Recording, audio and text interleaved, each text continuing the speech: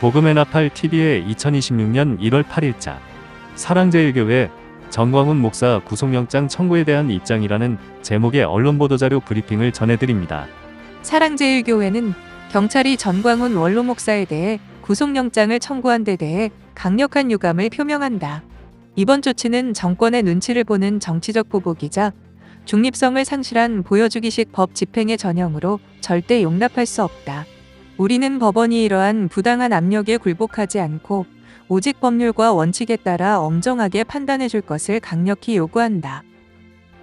서부지방법원 충돌 사건과 관련하여 경찰은 전 목사의 직접 지시나 개입을 입증할 어떠한 물리적 객관적 증거도 확보하지 못했다.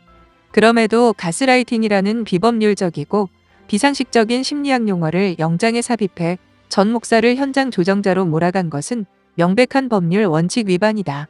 대한민국 어느 법령에도 이러한 모호한 표현을 영장 청구 근거로 사용하는 것은 허용되지 않는다. 이는 결론을 먼저 정해놓고 증거를 억지로 끼워 맞추는 구태의 수사 관행이며 경찰의 정치적 편향성을 의심케 하는 중대한 문제다. 폭력교사 혐의의 본질인 지시, 모의, 준비, 정황 역시 전혀 제시되지 않았다. 이는 영장 청구의 최소 요건조차 충족하지 못했음을 의미한다. 전 목사는 집회 하루 전과 당일 여러 차례 법을 지켜 저항해야 한다. 무단 진입이나 물리적 충돌은 절대 해서는 안 된다고 공개적으로 밝혔고 모든 발언은 영상과 음성 자료로 명확히 확인된다. 현장에서 주최 측이 담을 넘는 행위는 불법이며 신고 범위 내에서 질서를 유지하며 항의하라는 지침을 반복 전달한 사실도 다수의 기록으로 입증된다.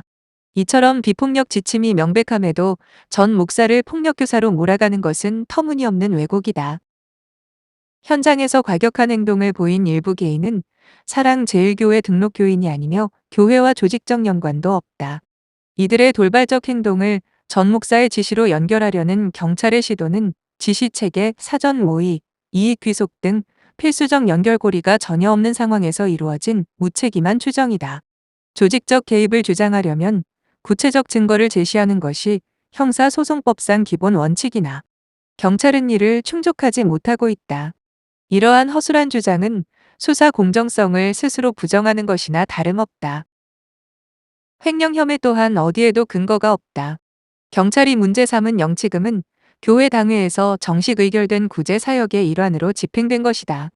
청년들에게 왜 영치금을 지급했냐는 질문은 어려움에 처한 이웃을 돕지 말라는 주장과 다르지 않다. 더구나 해당 금액은 극히 소액에 불과하며 이를 가스라이팅 대가로 규정하는 경찰의 주장은 상식과 거리먼 억지다. 교회는 의결록 등 관련 문서를 이미 제출했기에 이 부분을 왜곡할 여지도 존재하지 않는다. 전 목사가 강조해온 국민저항권은 헌법에 기반한 국민의 정당한 권리로 오랜 기간 보수 진보 진영 모두에서 공유해온 헌법적 담론이다. 이는 특정 사건과 무관한 개념이며 판례와 학술 논의에서도 폭력과 무관함이 명확히 확인되어 왔다. 그런데 이를 폭력 선동으로 왜곡해 적용하는 경찰의 행위는 표현의 자유를 침해하는 정치적 탄압이며 헌법 정신을 훼손하는 위험한 시도다. 우리는 이러한 권리를 지키기 위해 모든 법적 수단을 동원할 것이다. 사랑제일교회는 영상자료, 통신기록, 내부 결의 자료 등 수사기관이 요구한 증거를 즉시 제출했다. 증거인멸 우려는 존재하지 않으며 전 목사가 도주할 가능성도 전혀 없다. 그럼에도 경찰이 구속영장을 청구한 것은 사실 규명보다 정치적 효과와 여론 조작을 우선한 악의적 결정으로 볼 수밖에 없다. 우리는 이러한 부당함을 좌시하지 않으며 모든 법적 절차에서 철저히 소명하고 적극 대응할 것이다. 경찰은 증거 없는 혐의 적용을 즉시 중단하라. 법원은 정략적 판단이 아닌 사실과 법리에 입각해 엄정하게 책임을 다하라. 사랑제일교회는 법질서를 존중하지만 허위와 왜곡으로 교회와 성도들의 명예를 훼손한다면 단호하고 강력하게 맞설 것이다. 2026년 1월 8일 사랑제일교회 홍보실